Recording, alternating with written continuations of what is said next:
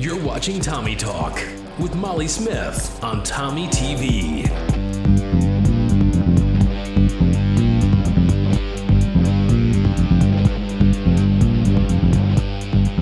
Hello, Tornado Nation. This is Molly Smith, and I'm here with Dr. Dougherty, our superintendent, and we're going to be giving a little bit of a recap of yesterday's school board meeting. So thank you for meeting with me today, Dr. Dougherty. Why don't you give me kind of the bullet points of last night's meeting as it pertains to the students? Good morning, Molly. It's nice to see you virtually again. So last night, Taylorville held their first virtual board meeting, and it was a success. It always takes some additional steps anytime you bring a new group onto a new format. So we use Google Hangout, and we've done that with many different groups across the district. So we brought the board on last night. So there was some training that went involved to get them ready, and they were all able to participate. And then we also had public participation. So it was successful. And we did our meeting under an hour. So that's pretty good too, because we had to do some technical steps like roll call votes and things that take a little bit more time. But thanks for asking. So our bullet points, we started off just looking at old business, and we've got, because of the COVID-19 situation, we're expecting some economic changes in the district. So our team, with any of their extra time, although there's not been a ton because they're really busy, but they've been out writing grants. So we've submitted a district distance learning grant. We submitted a parent education grant for 0 to 3 parent education, and then our FFA team's submitting another grant. And our curriculum director, Anita Brown, is working on the federal grant. Each state is receiving funding from the federal government in response to COVID. And so those come through one of our federal grant channels. So we're working on that. And it's a significant amount of money that will help us in the district. Those are kind of the old business parts. And then the new business part, we took a look at the COVID decree from the governor. And because if you recall, the last time that our Board of Education met was March 9th, and at that time we were operation status quo. We left that meeting with high hopes, and we were really surprised as how that week ended. So all of the items that have hit us have happened in that time frame. Mm-hmm. And so we just brought the board up to speed on all the different steps we have taken with putting a distance learning plan in place. And then transferring to a remote learning plan with deploying Chromebooks for kids and getting learning packets ordered. Our teams of teachers have been working. They are using Mondays for distance learning day planning, and they're planning a week's worth of materials for kids at a time. We've got a little bit of staff development we talked about. And then we talked about policy in our school board. Their two main functions is to hire a superintendent and then to set policy. So policies are a really important piece of the school board, and we took a look at about 20 different updates on policy, and then a policy that's emergency for these times for the superintendent. So those things were approved last night. And then we looked into matters that are of high importance to our students in our community. As we look at the governor decree, right now we are off until the end of April, and we are waiting to hear if we have flattened the curve, or if we will have more time off. And our prediction is it may go that way. So we're planning in the worst case scenario. Excuse me. So prom and the spring musical, the spring FFA plant sale, all of these things that we're used to doing in the spring have had to be canceled. The FFA sale did go on over at Larry's, and it was a drive-by version. Essentially, we had the greenhouse full of plants, and so our FFA director took care of that, and she used a skeleton crew in a drive-by. So she did get some plants out into the community and keep from wasting those things. Our building and trades house is being completed by our staff and by some volunteers in the community. And as you know, that's a program that's really near and dear to our hearts, preparing 2 groups of students a day for career, like they're career ready. They were recently focused on a TV program, and they did pressure tests on the house, and they said it just is it is high quality. There were no leaks at all, and the TV host was just giving accolades to our program and our kids. They said it's really well built and they're really well skilled. So the spring events that are not going to be able to happen in person would be prom and the spring musical and the Spring Music Fest. canceled, or are they postponed for a later date? Well, Or what we've had to do is cancel because we're so uncertain about when the social restrictions lift. And all indications show that when we start to climb out of the shelter in place and the social distancing restrictions, it's not going to be a open the gate and here we go back to normal. It'll be we'll step into it with some measures so that the germs do not spread. The real concern out in the community is that we'll have a second wave once they get this under control. So we will follow the guidelines of the CDC at that time. so as of right now, are students still going back to school or in May? Or is it called for the year, or do we have a determination on that? At this point, there's not a determination. We are set up and we are planning to continue the year the way it's going right now. If there's a change that comes through, we will definitely celebrate and we will definitely reroute. Okay.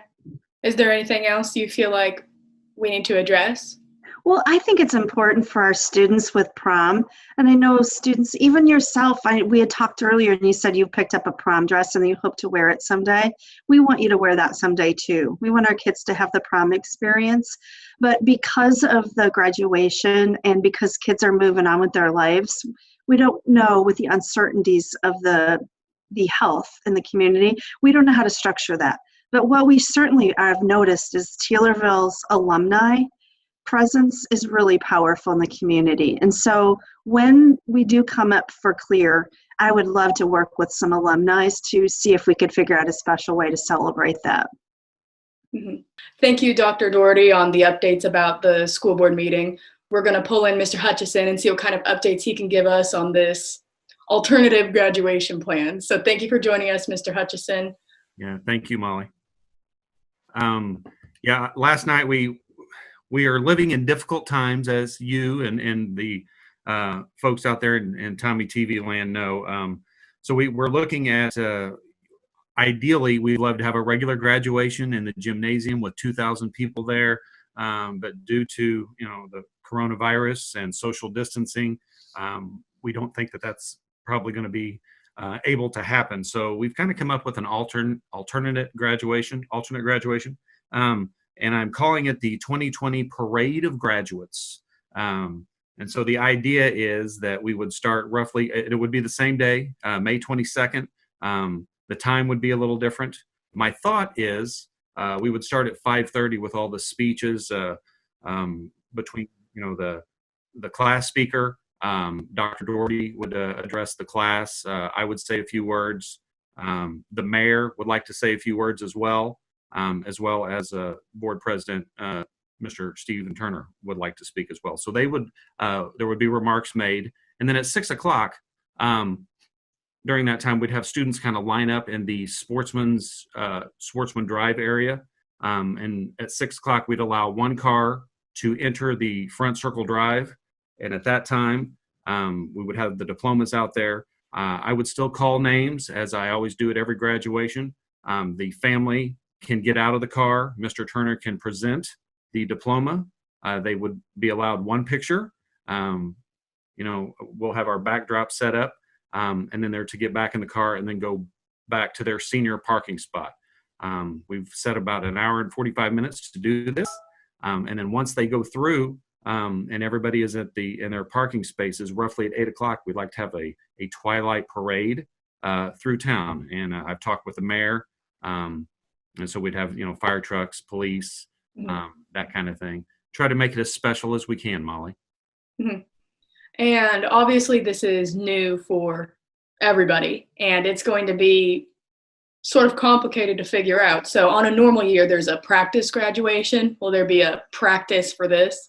I don't really see, at this point, again, we are in the preliminary planning phases of this. And we don't know exactly how it's going to go. And as I say in a short 5 minutes, like it's going to be easy and no issues, can't guarantee that's going to be the case. But we're going to do the very best we can to make it a special experience for the seniors. They've worked so hard, unfortunately, due to what's going on in society right now. We have to make some changes. So we're going to do this alternate 2020 Parade of Graduates. So do you know the parade itself? Is it going to follow maybe similar to a homecoming parade or? Similar route. We're going to start here in the parking lot. We'd go down Cheney Street, then probably make a right to Houston, Houston to Main Cross, and then follow the normal route. So that's just what we're planning right now. That may change here in the next few days to a couple weeks, but we thought the Twilight Parade. Now, obviously, we say parade. That's a parade of cars. We may have people standing outside their home, waving and that kind of thing, but it won't be the traditional parade route with people out on the street and that kind of thing. Yeah. Yeah.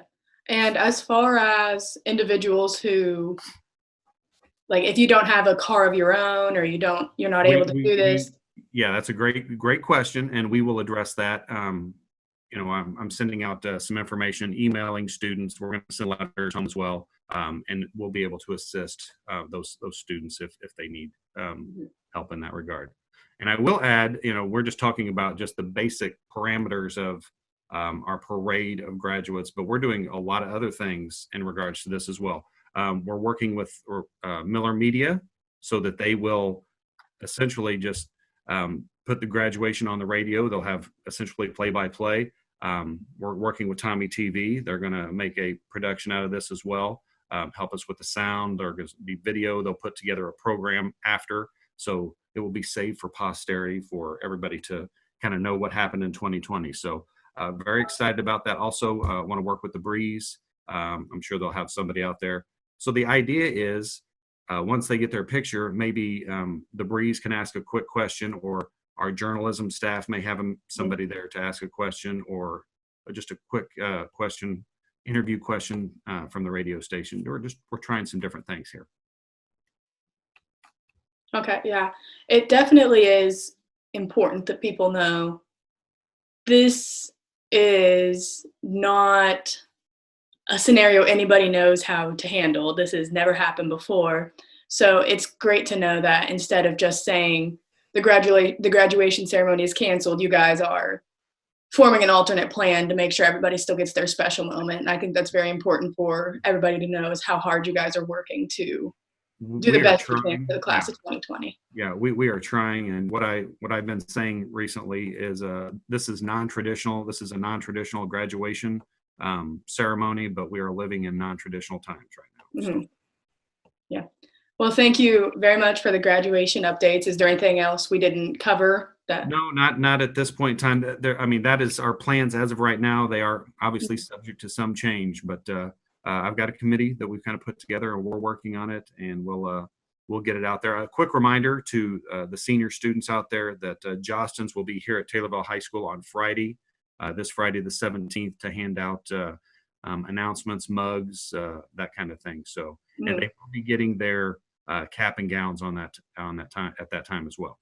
Okay, and will that be a pickup at the school? Pickup, it's essentially going to be the same procedure as our graduation. They're going to run through the front circle drive. Mr. Petty will hand them their regalia and that kind of thing, and then they'll move on. Mm-hmm. Awesome. Well, thank you very much for joining us, Mr. Hutchison. We really appreciate you taking the time out of your busy day to speak with us and make sure everybody stays updated. So we really appreciate you and your school board staff and everybody who's working very hard right now. Thank you, Molly. Be well. Yeah, stay healthy. This was Molly Smith for Tommy TV. Go Tornadoes. You're watching Tommy TV.